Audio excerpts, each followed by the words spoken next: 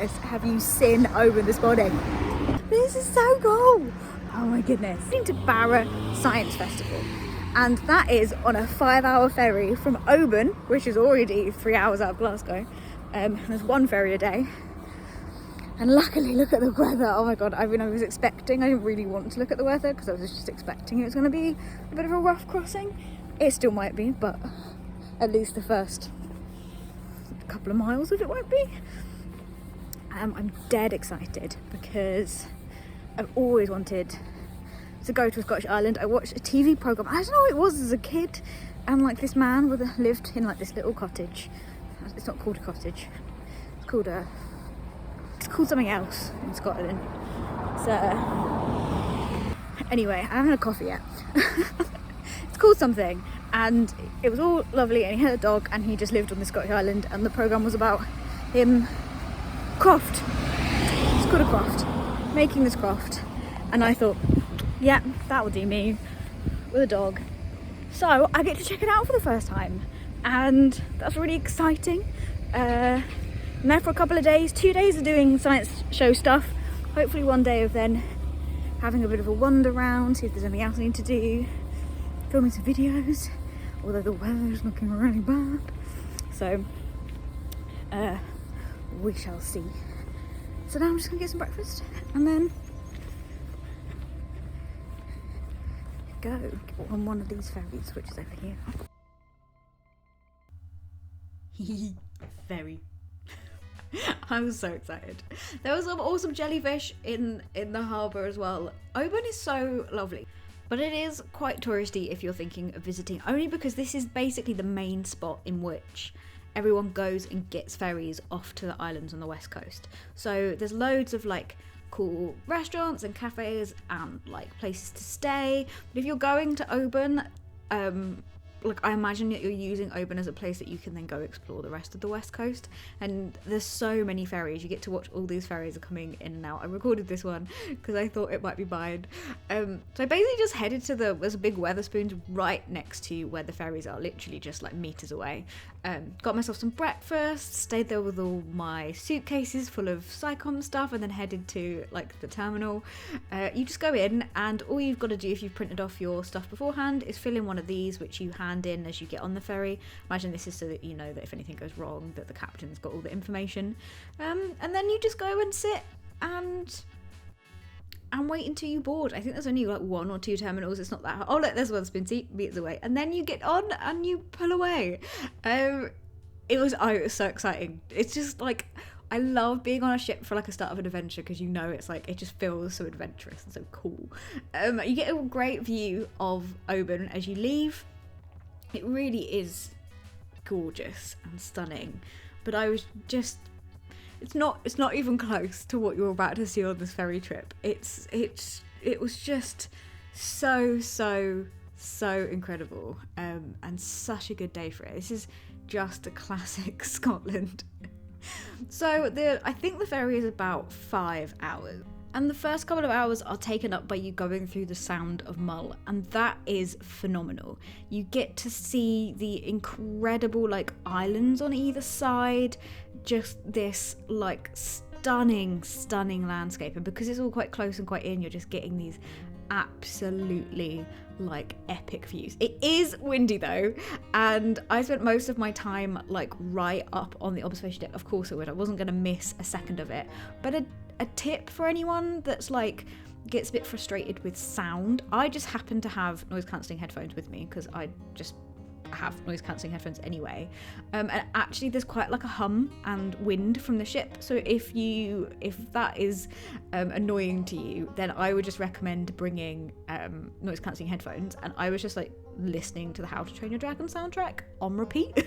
So as you're going up the Sound of Mull, that's kind of like mainland Scotland on that side, which you can just see all the mountains and amazingness, and then on the other side is like the Isle of Mull, which also looks like an incredible place to check out. But as you get further away, you just start to see the mountains and the Munros in Scotland, and just how incredibly tall they are. It's hard to even capture on camera and just shout about how awesome this is. But there's also quite thin sections where you're kind of close in and just getting to see like the details of obviously the beautiful tide line and rock there, which I'm excited by. And then I saw this splashing, and it's difficult when you've just got a tiny camera screen, and also this is look, see, splashing. This is my zoom lens like at its maximum, so it's still quite far away. And hey, look, this is not like BBC Blue Planet.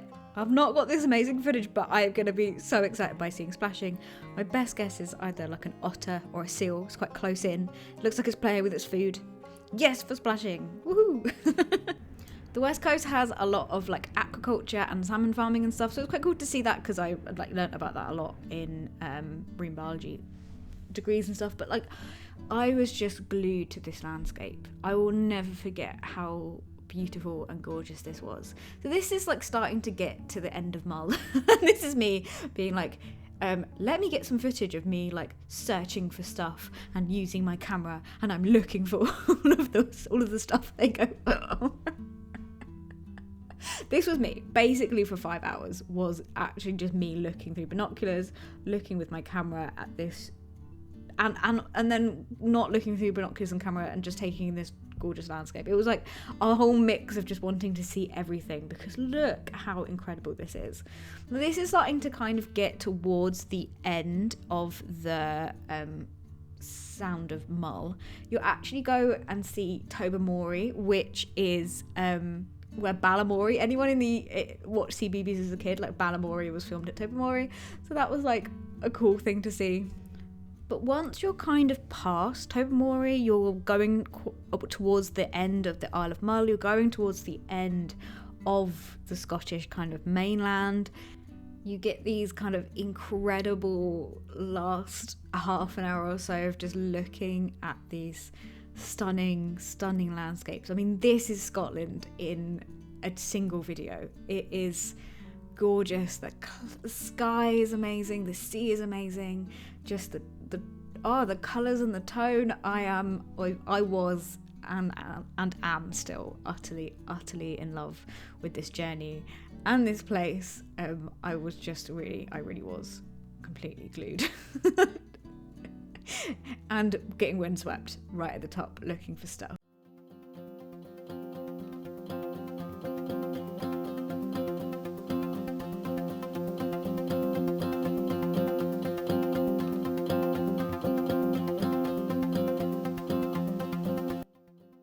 But from this point onwards, you start to get into more of the open seas. And not too far away from Tobermory is the Isle of Mull. Mull is so flat. It's so flat compared to like, you're just seeing these giant mountains, and all of a sudden you're just left with like just this like flat island. But then once you're past Mull, that's basically it until you're at Barra. I hope this footage kind of puts it somewhat into context, but just seeing sea and maybe a tiny bit of land in the distance, but basically just sea, is incredible. That you know that you're heading to somewhere where people just live that remote from the mainland, and as someone that is in love with the sea, totally here for it. And this is where the whale watching starts, really.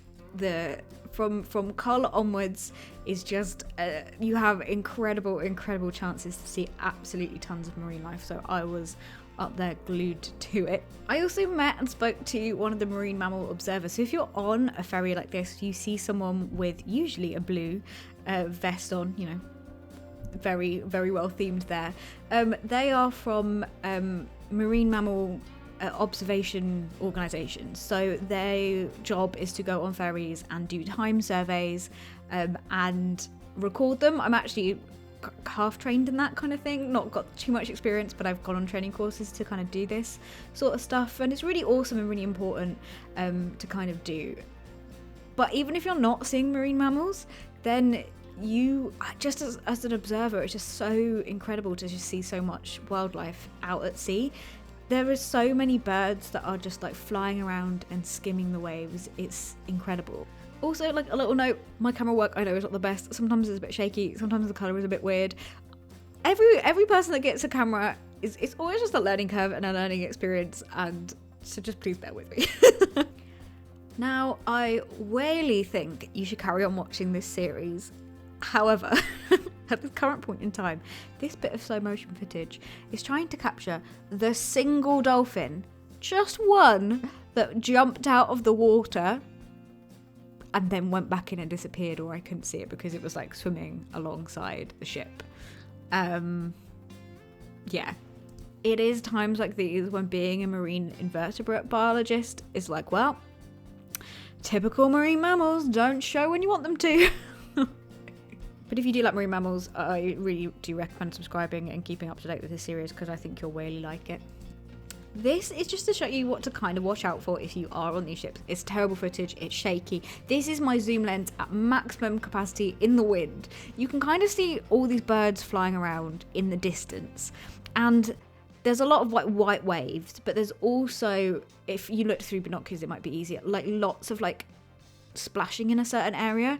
Now this is gannets feeding, and often when gannets are feeding, there's also a load of marine mammals in this big like thing all together. This is shown in, I think, a much better way in a future but very soon video. Honestly, when they're far away, it really isn't that satisfying, is it? And another thing that also happens is you lose phone signal. I can't remember quite how far away from Cull it is, but there is a definite drop-off point where you will just lose all phone signal, and there is none. You don't get that back on Barra. There is, I think, a network you can like swap you can like buy a SIM for that works on Barra, but all the other ones I had zero phone signal the entire time. You had to rely on like connecting to Wi-Fi. Which obviously is quite few and far between as well. It was just a complete disconnect of a couple of days, and I loved it. I thought it was really kind of really awesome. And then to me, it seemed like 5 hours went by in 5 minutes, and we started to see another bit of land in the distance, and this is Barra. The excitement then kind of really hit the ship and everyone on it, because a lot of people going to the science festival, a lot of people were either like from Barra or was like, it was just a whole community kind of vibe on this ship. It was really nice. I got chatting to other people doing science festival stuff. I didn't have a car, so the science festival organisers very kindly, some of the other like science festival acts that were rocking up to pick me up as they kind of left the ferry themselves. I love the description that the organisers gave them. They were like, she'll probably be washing for whales, and they were right. They come and found me because I was sitting up there so much. And then I will never forget this, starting to see the main town on Barra, Castle Bay, and pulling in there was just incredible and such a shock to the system, because Barra is just so remote. There is a lot less here than usual, and you can't see any trees because it's so windswept. So if you're a foot passenger, there's space for your suitcases like on the actual ship. I just went and grabbed that, went and found the people that were kind of giving me a lift, and we headed straight to the school to sort of organise stuff because the science festival stuff was happening tomorrow. So I'm here at the school. This is the Isle of Barra for the science festival. It's crazy. It's so cool. It's odd in that I've never been anywhere like this remote. And it's such good weather. There's like no wind, but look how stunning it is. It's just like grass and rocks and cool houses and very lovely people. And the other side of the school is like incredible just coast. Oh my goodness, I could explore here for ages. This is so cool. Isn't this the coolest place to do a science festival ever? Oh, am I sunburned? Oh, God. Oh my God. Look at this place. So, I didn't expect it to be this nice. I thought I was just going to get like a room in a B&B, but I've got like this tiny miniature house, which I could totally live in forever. I might have to just never leave. It is incredible, and look at the views. The reason I'm extra surprised is that I had a B&B booked, but something fell through, so a load of people couldn't get accommodation, and everything had already been booked up from that because it was like quite last minute.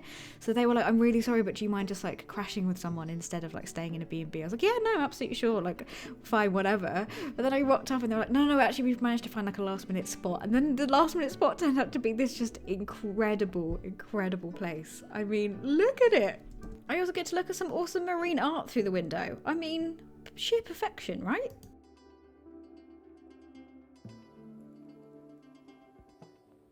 This is like once in a lifetime stuff. What? Join me next time for the Science Festival, loads of awesome rock pooling and some just a really, really fun time. And as always, thanks to my Patreon, you can go and get exclusive content over there. Link is down below.